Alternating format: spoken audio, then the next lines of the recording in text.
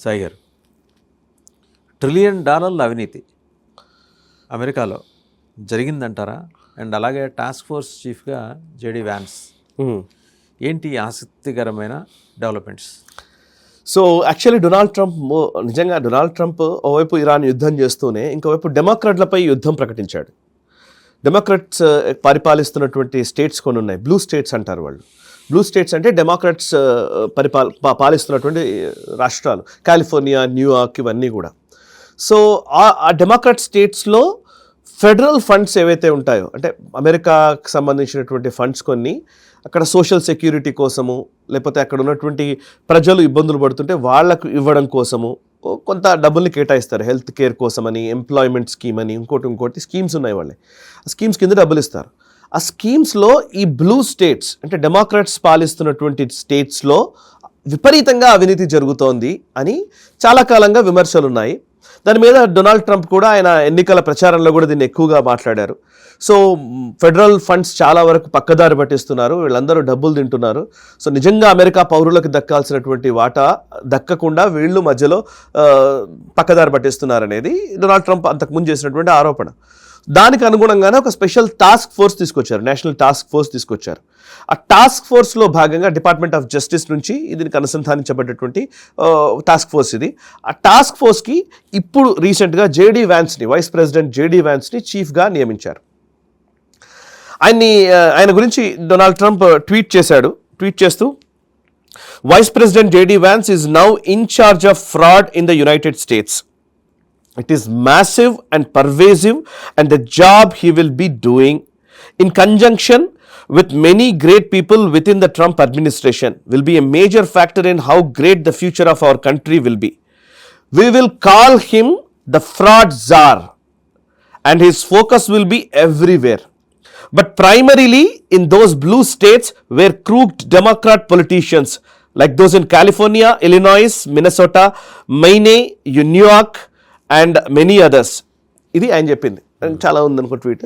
But fraud jar అని ఆయనకు ఒక నామకరణం ఇచ్చి, ఒక హోదా ఇచ్చి సో ఆయన ఈ ఇలినాయిస్, మినసోటా, లేకపోతే కాలిఫోర్నియా, న్యూయార్క్, ఈ స్టేట్స్లో డెమోక్రాట్స్ ఉన్నారు, వీళ్ళందరూ విపరీతంగా అవినీతి చేస్తున్నారు, వీళ్ళందరి భరతం పట్టడానికి, వీళ్ళందరి పని పట్టడానికి ఇప్పుడు జేడీ వ్యాన్స్ని రంగంలోకి దించుతున్నాను అనేది డొనాల్డ్ ట్రంప్ చేసిన ప్రకటన.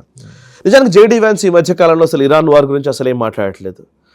ఆయన మేజర్గా డొనాల్డ్ ట్రంప్ ఏదైతే అనుకున్నాడో ఆ ఐడియాలజికల్ అంశాల మీద ఆయన దృష్టి పెడుతూ ఉన్నాడు, సివిలైజేషన్ ఆస్పెక్ట్స్ మీద దృష్టి పెడుతున్నాడు. కానీ జేడీ వ్యాన్స్ కామ్గా, కంపోజ్డ్గా ఉంటున్నాడు. మీరు అబ్జర్వ్ చేస్తే జేడీ వ్యాన్స్ నెక్స్ట్ ప్రెసిడెన్షియల్ రేస్కి రావాలని ఆయన అనుకుంటున్న వ్యక్తి.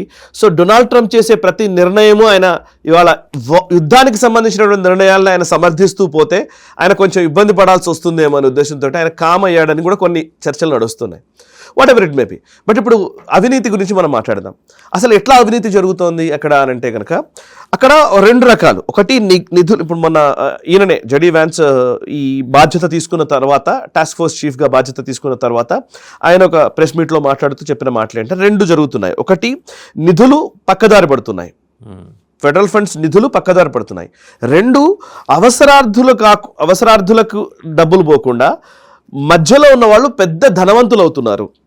ఈ రెండింటి మేము దృష్టి పెట్టబోతున్నాము అని ఆయన అన్నాడు.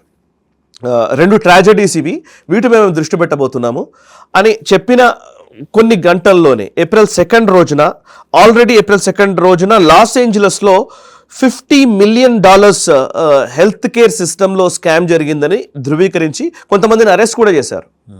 ఒక రోజులోనే, ఏప్రిల్ 1 అనుకుంటా ఈయన ట్వీట్ చేసింది, ఈయనని బాధ్యతలు ఇచ్చింది. నెక్స్ట్ డేనే $50 మిలియన్ స్కామ్ జరిగింది అని లాస్ ఏంజలస్లో కొంతమందిని అరెస్ట్ చేశారు. సరే, ఎట్లా నిధులు పక్కదారి పడుతున్నాయి, ఏం జరుగుతోంది అని అంటే కనుక ఫెడరల్ ఫండ్స్ కొన్ని ఉంటాయి. మేజర్గా ఈ పర్టికులర్లీ ఈ కోవిడ్ టైంలో, మనం జస్ట్ ఒక కోవిడ్ని ఎగ్జాంపుల్గా తీసుకుంటే, కోవిడ్ టైంలో ఏం చేశారంటే వీళ్ళ దగ్గర పే చెక్ ప్రొటెక్షన్ ప్రోగ్రామ్ అని ఒకటి ఉండే. ఇది ఒక ఎగ్జాంపుల్ మాత్రమే. పే చెక్ ప్రొటెక్షన్ ప్రోగ్రామ్ అంటే ఇప్పుడు పర్టికులర్లీ ఒక కంపెనీ ఉంది, చిన్న కంపెనీలు 500 లోపల ఎంప్లాయీస్ ఉన్న కంపెనీస్, 100 లోపల ఎంప్లాయీస్ ఉన్న కంపెనీస్ ఉంటాయి. కోవిడ్ టైంలో అందరికీ శాలరీస్ ఇచ్చే పరిస్థితి లేదు, బిజినెస్ లేని వాతావరణం మనం చూసాం కదా. సో బిజినెస్ లేనప్పుడు వాళ్ళు ఎలా ఇస్తారు?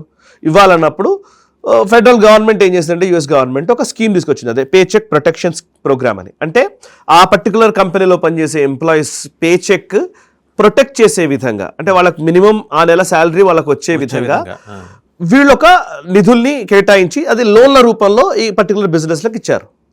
తర్వాత లోన్లని పూర్తిగా మాఫీ చేశారు. ఇప్పుడు మనం రుణమాఫీ లాంటిది ఒక రకంగా చెప్పాలంటే, రుణం ఇస్తాము, తర్వాత కొన్ని రోజుల తర్వాత మళ్ళీ మాఫీ చేశారు, వేవర్ ఇవ్వడం. సో ఫస్ట్ లోన్స్ రూపంలో ఇచ్చారు, కొన్ని బిలియన్స్ ఆఫ్ డాలర్స్ వాళ్ళకి వచ్చాయి. అయితే ఆ టైంలో ఈ కోవిడ్ టైంలో ఏంటంటే నిజంగా కొంతమంది బిజినెస్ నడిపే వాళ్ళకి లబ్ధి చేకూరింది.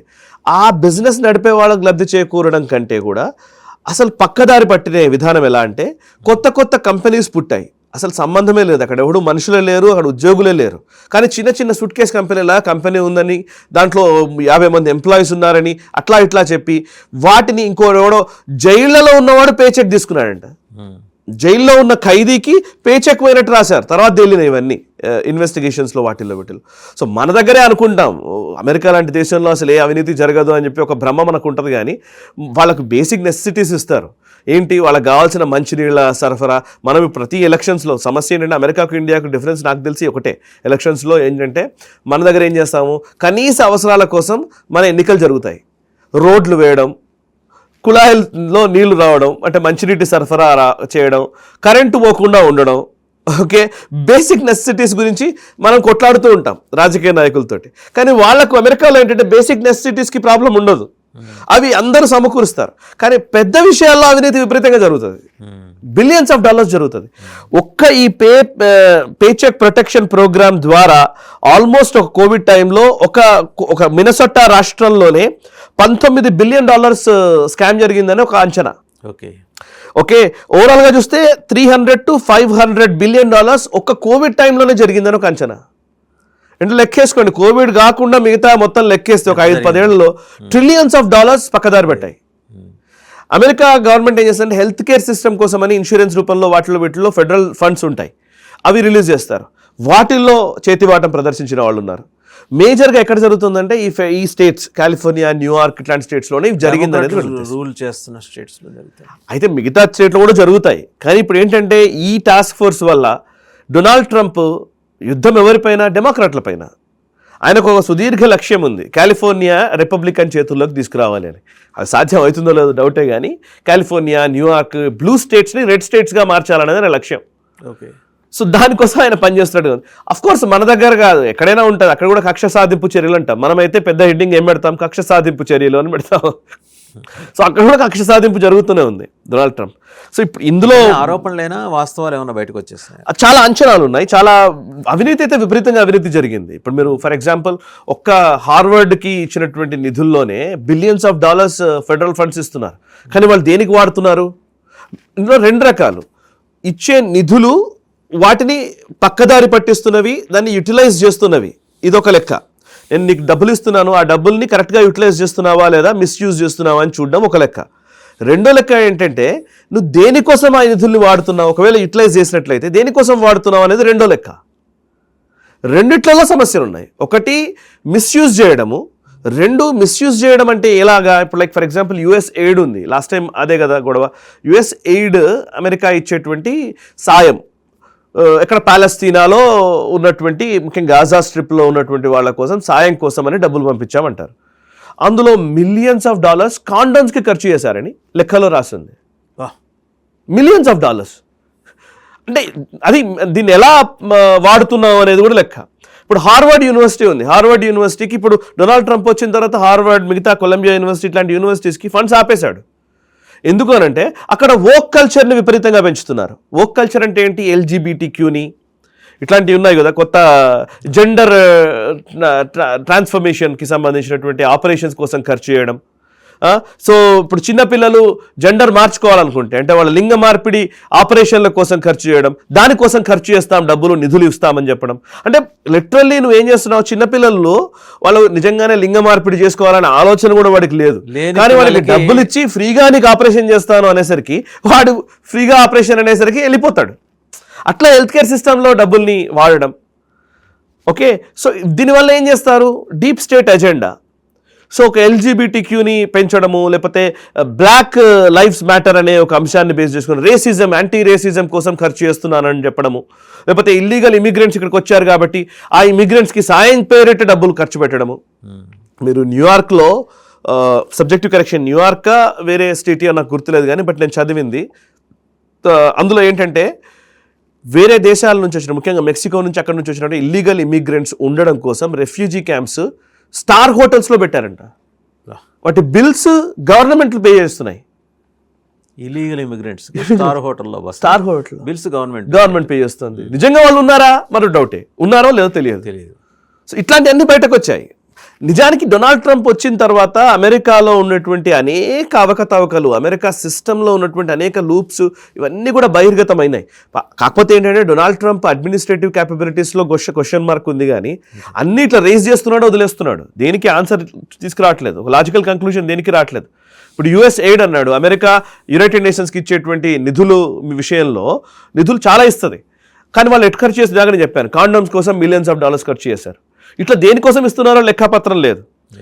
అవన్నీ వెలుగులోకి వచ్చాయి, కానీ వాటిని ఆపిన విధానము, దాన్ని సమర్థవంతంగా మళ్ళీ ఎట్లా యూటిలైజ్ చేయాలనే విషయంలో ఒక కన్స్ట్రక్టివ్ వేలోకి ఆ ఫండ్స్ని తీసుకెళ్లడానికి కావాల్సినటువంటి మెకానిజము, దీంట్లో డొనాల్డ్ ట్రంప్ ఫెయిల్ అవుతున్నాడు. ఇప్పుడు అవినీతి గురించి కూడా అదే, అవినీతికి సంబంధించిన కథనాలన్నీ బయటకు వస్తాయి. వాటి మీద చర్యలు ఎలా ఉంటాయి? కొంతమంది మీద చర్యలు తీసుకుంటావా, అందరి మీద చర్యలు తీసుకుంటావా? సో ఇవన్నీ ప్రశ్నలు ఉన్నాయి. So what ever it may be, అమెరికాలో ఉండే ఇంతకాలం ఎవరికి తెలిసేది కాదు. అమెరికాలో అవినీతి జరుగుతుందా అంటే పెద్ద స్థాయిలో ఏదో ఉంటుందేమోలే అనుకునేవాళ్ళు, కానీ కాంట్రాక్ట్ల రూపంలోనో, మిలిటరీ డిఫెన్స్ డీల్స్ రూపంలోనో పెద్ద పెద్ద $బిలియన్స్ ఉండేది అనుకునేవాళ్ళు. కానీ మధ్యలో ఇప్పుడు మన రాజీవ్ గాంధీ గారు చెప్పేది కదా, ₹1 పైనుంచి పంపితే 10 పైసలో 5 పైసలో కిందకి చేరుతోంది అని. సో ఇప్పుడు అమెరికాలో ఈరోజు 2026లో కూడా ఇది జరుగుతుందనే మనకు అర్థమవుతుంది. $1 ట్రిలియన్ పంపిస్తే కిందకి ఎంత రీచ్ అవుతుందో తెలియని పరిస్థితి. సో భారతదేశమే కాదు, ఈవెన్ అమెరికా కూడా అవినీతి కూపంలో కూరుకుపోయింది. రైట్.